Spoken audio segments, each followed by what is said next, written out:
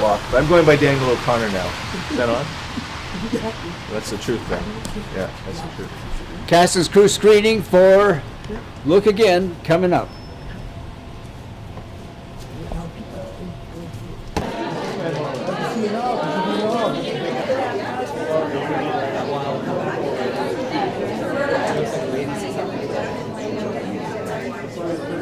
Look Again.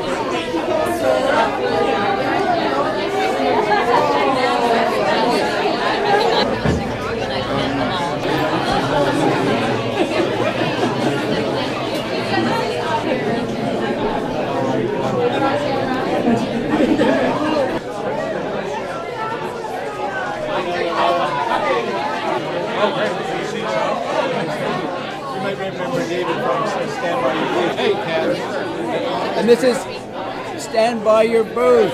That's right, Dave Sparrow from Stand By Your Booth. One of Director O'Connor's original productions.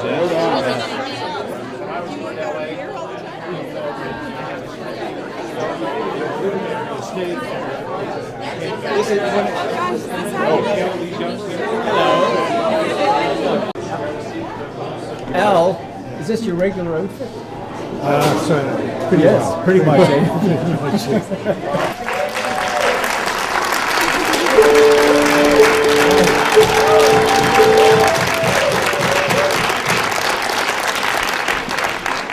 Daniel, when he approached me, he said, there's so many great performers that I know that are not getting the exposure that I think they deserve.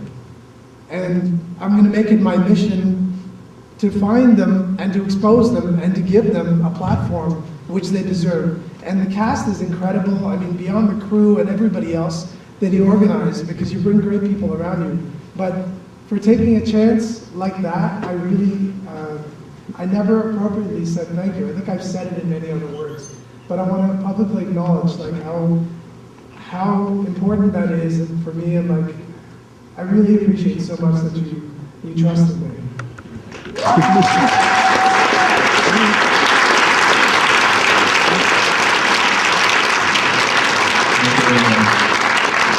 It really gave me tremendous joy to see these people on the screen who are just really talented. So, you know, I'm not doing anybody a favor other than perhaps myself by selecting these people. As you can see, they really know their work and they bring a lot to it. And what you don't know is the behind the scenes, the improvs that happen. So, you know, there was a lot of lines and sometimes most of scenes. And one scene I want to point out, because it's one of my favorite scenes, is Brittany's scene talking with Anand about good and bad. Yeah.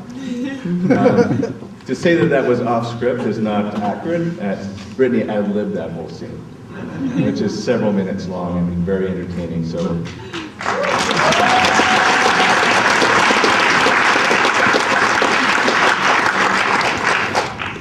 Any questions? The glasses do work, by the way. I have them. They're in a storage facility under lock and key.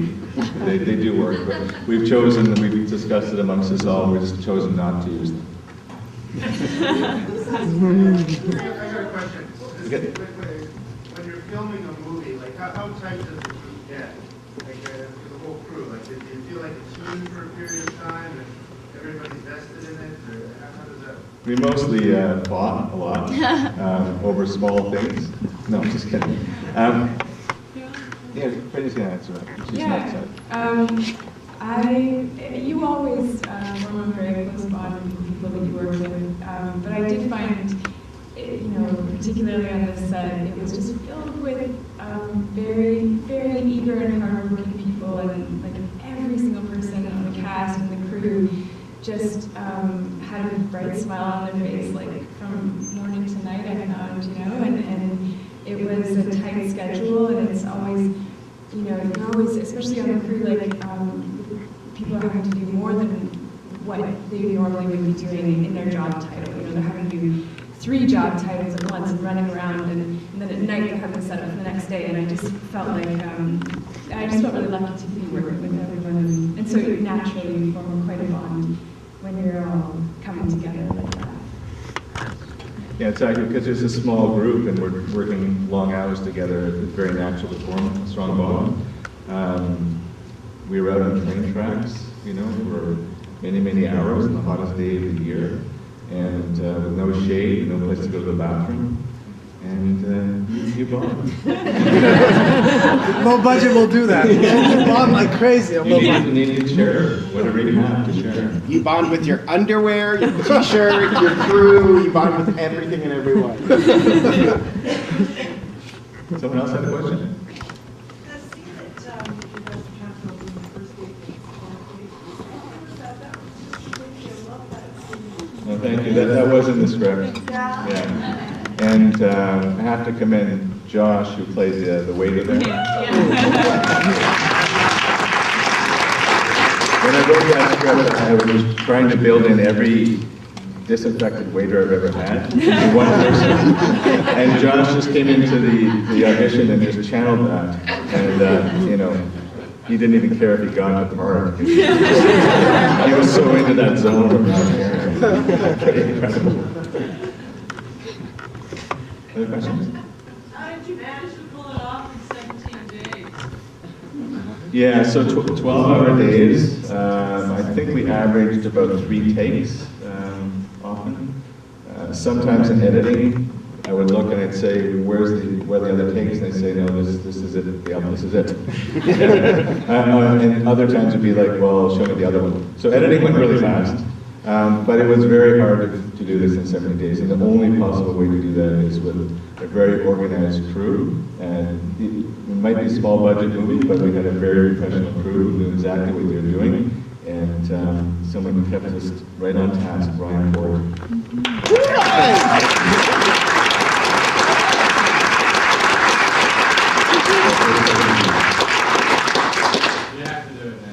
Yeah. I think it's important to emphasize the power of collaboration because having some sense of the budget of the film, this budget of this film would be about a 10-second television commercial.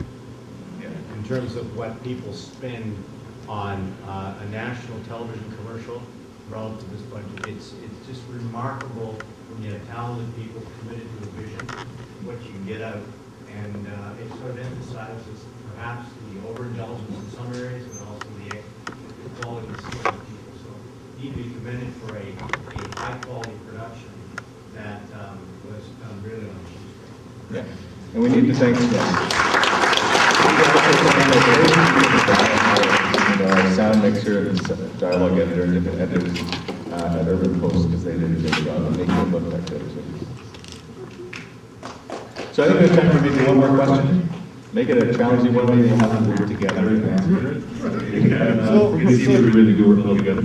Yeah, I'm amazed at the breadth of what you were involved in doing this, you know, from the script and directing. Given all of that, what was your most challenging role you took on, and what was your most enjoyable one of all the many things that you did? I think the most challenging role is actually being on set every day and trying to make your pages. To me, that's when you get to editing, you're sitting with your feet up on a monitor, you know, with a drink in your hand and eating a sandwich. It's, you know, other times we're, you know, in the middle of you know, a location with 35 crew and a time limit, and the clock is ticking, and we don't get that location again, so we have to get our 8 or 9 or 10 pages. And you know, you're working with people who are creative, and you have to help them find the zone. And so I'd say, you know, working those 12-hour days as a director on set is the most taxing and challenging. But it's also tremendously fun, and I like working at that level of my own particular skill. But it really is the hardest part for me, you know, is to speak the language of all the different actors and try to help them do their best work and mostly get out of the way so they can do that. Okay, thank you very much.